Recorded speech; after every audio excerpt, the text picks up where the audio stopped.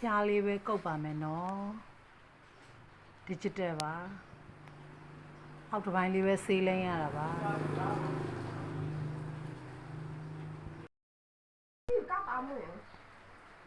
ကမ္ဘာကဒါအပူပေးတာပါအပူနှစ်ကြော့ပေးရပါမယ်အေးပင်ကျိုးရလေးတွေကိုဆက်ဆွဲပြတာပါ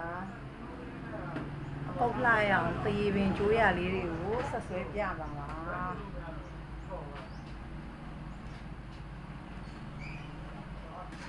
အပုတ်လှရအောင်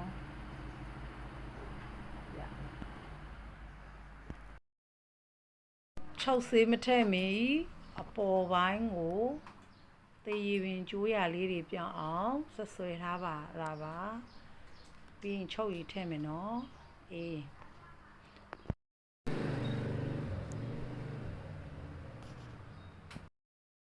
ချုပ်ရည်ထည့်ထားတာလေးပါ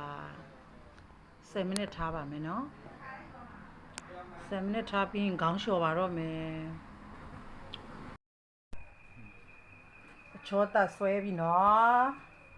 ဒါပြီးရင်ပြီးပါပြီဆွဲတာကိုသေချာကြည့်ပါနော်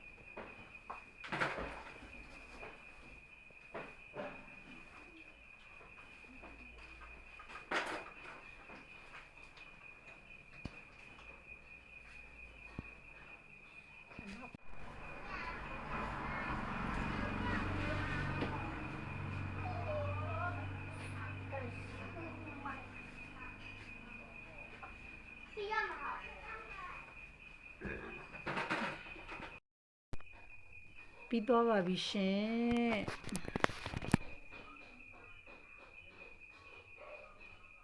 ဖျားကုတ်လေးပါနော်